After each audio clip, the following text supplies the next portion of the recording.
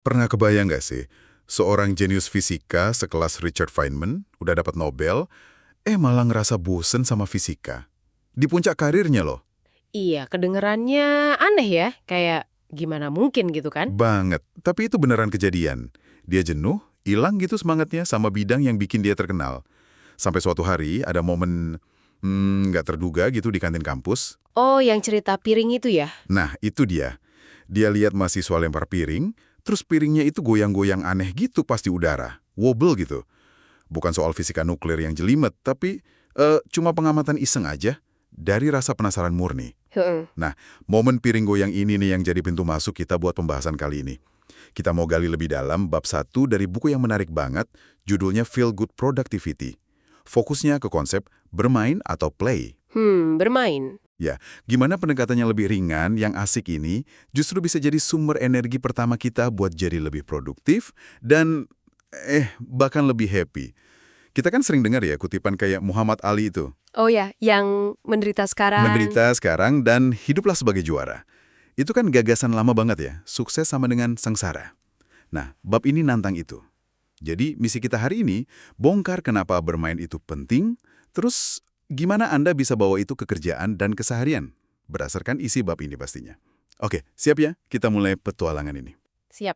Tapi sebelum kita jauh nih, penting juga buat ingat konteks penulis bukunya. Dia nemuin ide produktivitas yang terasa enak ini bukan tiba-tiba gitu aja, tapi dari pengalaman pribadinya yang berat banget pas jadi dokter muda. Oh ya, gimana tuh? Dia ngerasa tenggelam sama tuntutan kerjaan, udah coba macam-macam strategi kerja keras tapi malah makin terpuruk.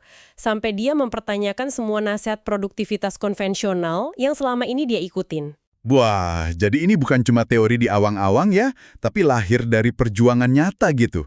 Nyari cara kerja yang lebih manusiawi. Tepat sekali.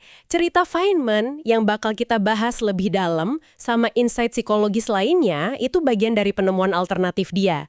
Dia nemu kalau kesejahteraan, perasaan enak, justru bisa dorong fokus dan motivasi, bukan sebaliknya. Pengalaman pribadinya yang bikin dia nyari jalan lain, jalan yang lebih sustainable gitu. Oke, masuk akal. Balik lagi nih ke Feynman sama piring goyangnya, yang fenomenal itu. Momen simple di kantin itu nyalain sesuatu di dalam dirinya. Dia jadi inget masa remajanya, pas dia main-main sama fisika itu ya cuma buat seneng-seneng aja. Nggak peduli penting apa nggak. Dia nanya ke diri sendiri. Dulu kenapa ya gue nikmatin banget? Dulu kan gue cuma main-main aja. Pertanyaan reflektif ya. Iya. Nah, dari situ Feynman mutusin buat coba sikap baru. Dia bilang ke dirinya sendiri, gue bakal main-main sama fisika. Kapan aja gue mau. Nggak usah peduli penting apa nggak. Mirip kayak kita baca novel detektif kali ya. Bukan buat ujian, tapi emang seru aja. Terus dia beneran mulai analisis tuh. Dinamika piring goyang itu berminggu-minggu. Murni buat seneng-seneng. Nggak ada beban target, nggak ada ekspektasi apa-apa. Nah, disinilah bagian yang, wah, luar biasa sih menurut saya. Permainan iseng dia sama piring ini malah ngebawa dia balik ke masalah-masalah fisika yang sebenarnya dia suka. Tapi kali ini tanpa rasa tertekan, tanpa burnout. Oh gitu. Iya, analisis piring goyang itu yang awalnya cuma iseng ternyata bantu dia banget buat ngerti konsep elektrodinamika kuantum yang rumit itu. Jadi penelitian main-main inilah yang akhirnya kontribusi gede ke hadiah Nobel Fisika yang dia dapat. Gila. Kayak nyangka banget ya. Dari iseng liatin piring bisa nyampe Nobel. Ini cuma Feynman doang atau ada kasus lain? Ternyata nggak cuma dia. Sumber kita nyebutin ada paling nggak 6 peraih Nobel lain yang terang-terangan nyambungin sukses mereka sama elemen bermain ini. Oh ya, siapa aja tuh? Ada Watson sama Crick yang nemuin struktur DNA. Mereka bilang prosesnya itu kayak bangun model molekul terus mulai main-main. Alexander Fleming, penemu penisilin, dia deskripsiin kerjanya sebagai bermain dengan mikroba. Wah, bermain dengan mikroba. Terus Donna Strickland, Nobel Fisika 2018 buat laser, dia bilang karirnya itu kesempatan buat bisa bermain dengan laser intensitas tinggi. Bahkan Konstantin Novoselov, penemu grafen, Nobel Fisika 2010, ngomong belak-belakan, cara kami kerja itu sungguh menyenangkan. Jadi mereka semua nekanin aspek senengnya, mainnya dalam penemuan besar mereka. Jadi ini bukan kebetulan ya, tapi kayak ada polanya gitu. Terus kata psikologi gimana nih? Kok bisa bermain ini dampaknya kuat banget sampai ke kerjaan serius kayak sains? Nah, penelitian psikologis dukung banget gagasan ini. Bermain itu punya fungsi pemulihan yang krusial. Dia bisa mulihin orang yang capek fisik dan mental. Caranya, ya lewat aktivitas yang emang dari sananya udah nyenengin dan santai. Jadi kayak nge-charge ulang gitu ya? Betul. Pas kita main, kita kan lepas sejenak ya dari tekanan, dari ekspektasi, dari penilaian orang. Otak kita masuk ke mode yang beda, lebih eksploratif, lebih terbuka. Hmm, Intinya sih sebenarnya simple dan masuk akal banget. Hidup kan banyak tekanannya nih. Nah, bermain itu bikin jadi lebih asik, lebih hidup. Kalau kita bisa bawa semangat main ini ke berbagai aspek hidup, termasuk kerjaan, kita nggak cuma bakal ngerasa lebih baik secara emosi, tapi juga cenderung bisa ngerjain lebih banyak hal dengan lebih efektif. Ini energizer pertama kita lah, pondasi buat produktivitas yang enak dan berkelanjutan. oke. Konsepnya dapat nih. Tapi, tantangannya nih, gimana caranya bawa semangat bermain ini ke kehidupan dewasa kita yang seringnya kaku, penuh rutinitas? Waktu kecil kan gampang ya, mau petualangan tinggal lari ke kebun, main di mall, manjat pohon. Tapi makin gede, kayaknya kita diprogram buat berhenti main, mulai serius. Semangat petualangannya hilang gitu aja. Dan ini, menurut sumber kita, itu kesalahan strategis kalau kita mau hidup lebih happy dan produktif. Ada penelitian menarik nih dari NYU sama University of Miami tahun 2020. Gimana tuh penelitiannya? Mereka pakai pelacakan GPS ke partisipan berbulan-bulan, terus nanyain perasaan mereka secara berkala. Hasilnya lumayan bikin kaget. Orang yang pengalamannya lebih beragam dan acak gitu dalam rutinitasnya. Acak gimana maksudnya? Ya, misalnya coba rute baru ke kantor, mampir ke warung kopi yang beda, atau sekedar jalan kaki di area baru yang belum pernah dijelajahi. Nah, mereka ini ngelaporin perasaan yang secara signifikan lebih bahagia, lebih semangat, dan lebih santai. Ternyata, variasi sama kebaruan yang jadi kunci petualangan itu bahan bakarnya emosi positif. Menarik. Jadi petualangan gak harus naik gunung atau keliling dunia ya, bisa dari hal kecil sehari-hari. Terus, gimana cara praktisnya kita mulai ciptain petualangan ini? Nah, sumber ini nawarin beberapa eksperimen. Yang pertama itu eksperimen 1, pilih karakter atau kepribadian bermain Anda. Karakter bermain, kayak di game gitu. Mirip gitu idenya. Ini terinspirasi dari Dr. Stuart Brown, psikiater yang banyak neliti pentingnya main sepanjang hidup. Idenya kita bisa adopsi persona bermain. Bukan berarti Anda jadi goblin di depan kolega ya. Haha, iya juga. Tapi lebih ke ngenalin tipe permainan mana yang paling natural dan nyenengin buat kita. Ada macam-macam tipenya, kayak The Joker suka umur, The Explorer suka jelajah, The Competitor suka tantangan, The Artist Creator suka bikin sesuatu, dan lainnya. Ada situs NIF Play juga yang bahas ini. Kenapa penting ngenalin kepribadian bermain ini? Bedanya apa sama sekedar coba hal baru aja? Dengan ngenalin tipe main yang kita nikmatin secara alami, kita bisa lebih gampang ngerebut lagi semangat petualangan masa kecil. Pas ngerasa enak itu normal gitu. Ini bantu kita ngerancang petualangan mikro yang otentik dan beneran ngasih energi. Bukan cuma ngelakuin sesuatu yang katanya nyenengin. Kata Stuart Brown, nginget apa itu bermain dan jadiin bagian hidup sehari-hari mungkin faktor terpenting buat jadi manusia utuh. Oke, selain cari kepribadian bermain, ada cara lain buat petualangan. Ada, dan ini mungkin lebih gampang diakses kapan aja. Eksperimen 2, rangkul keingintahuan Anda. Ingat nggak pertanyaan-pertanyaan trivia iseng? Kayak arti harfiah dinosaurus apa? Apa ya? Kadal mengerikan. Betul, kadal mengerikan. Atau lagu The Beatles yang paling lama di tanggal lagu AS. Wah, ini tahu nih, Hey Jude kan? Nah iya, pertanyaan kayak gini kan kelihatannya sepele ya. Tapi rasa penasaran di baliknya itu sumber petualangan mental yang kuat banget. Rasa penasaran, gimana nyambungnya ke produktivitas atau ngerasa lebih baik? Penelitian di UC Davis nunjukin hal yang keren banget. Pas rasa penasaran kita lagi tinggi-tingginya buat tahu jawaban sesuatu, area otak yang nyambung sama hadiah dan kesenangan, sistem dopaminergik, itu jadi aktif. Oh iya. Aktivasinya ini nggak cuma bikin proses belajar lebih asik, tapi juga secara signifikan ningkatin kemampuan kita buat nginget info baru. Bahkan info yang nggak nyambung langsung sama sumber penasarannya. Jadi rasa penasaran itu bukan cuma bumbu hidup, tapi juga alat bantu fokus dan memori yang efektif. Kata Walter Isaacson, penulis biografi orang-orang inovatif, pengen tahu tentang segalanya itu nggak cuma bikin Anda lebih kreatif, itu memperkaya hidup Anda. Oke, jadi Strategi pertama, ciptakan petualangan lewat kenal diri dan rangkul penasaran.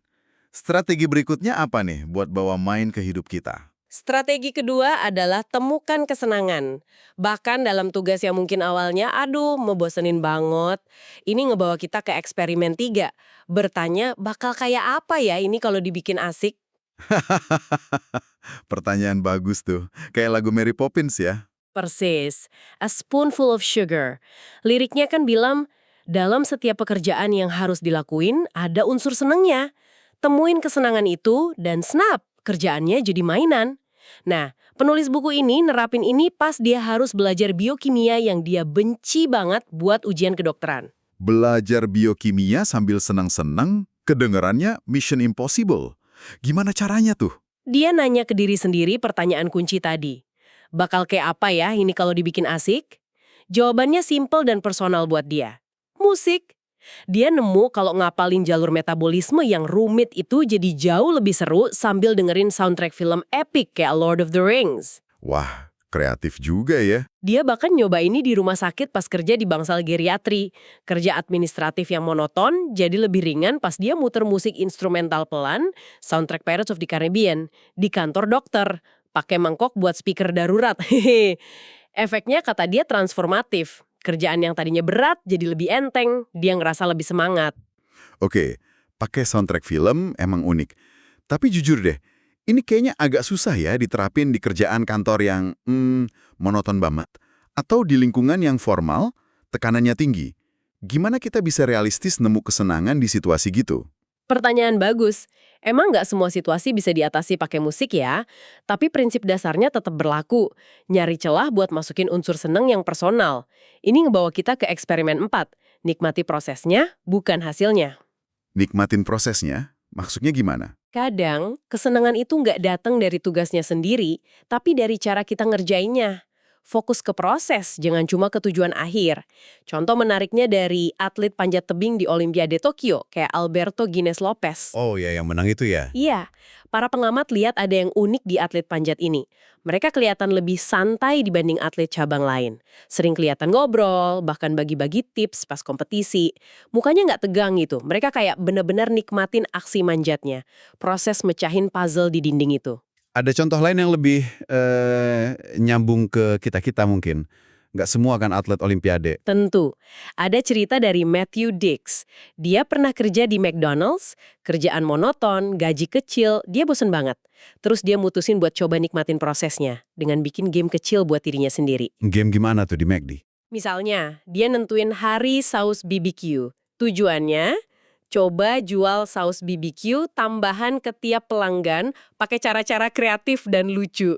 Nah, game konyol ini, kata dia, mubah kerjaan yang ngebosenin jadi lebih menarik dan ngasih dia energi. Proses kerjanya kan nggak berubah ya, tapi cara pandang sama pendekatannya yang berubah. Dia nyiptain kesenangan dalam prosesnya. Itu cerdas banget sih si Matthew Dix. Jadi intinya, kita punya kuasa ya buat bikin prosesnya lebih asyik. Oke, udah bahas ciptakan petualangan sama temukan kesenangan. Strategi terakhir apa nih? Strategi ketiga, dan ini penting banget, adalah turunkan pertaruhan. Lower the stakes. Kenapa? Karena stres itu musuh utamanya kemampuan kita buat main. Oh ya bener juga, kalau stres mana kepikiran mainnya? Persis. Penelitian ke tikus nunjukin ini jelas banget. Tikus yang dibikin stres, misalnya ditahan gerakannya, cenderung mainnya jauh lebih dikit. Pas kita ngerasa terancam atau di bawah tekanan tinggi, mode bertahan hidup kita aktif. Nah, ini matiin kreativitas, eksplorasi, dan pastinya produktivitas sama kesejahteraan kita. Terus gimana cara nurunin pertaruhan ini? Jadi, selain aktif nyari petualangan sama kesenangan, kita perlu secara sadar nyiptain lingkungan psikologis yang rasanya aman buat main.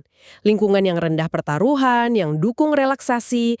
Kunci utamanya ada di cara kita mandang dan ngerespon kegagalan. Nah, ini dia nih, kegagalan. Sesuatu yang sering banget kita takutin. Gimana cara nurunin pertaruhannya soal gagal ini?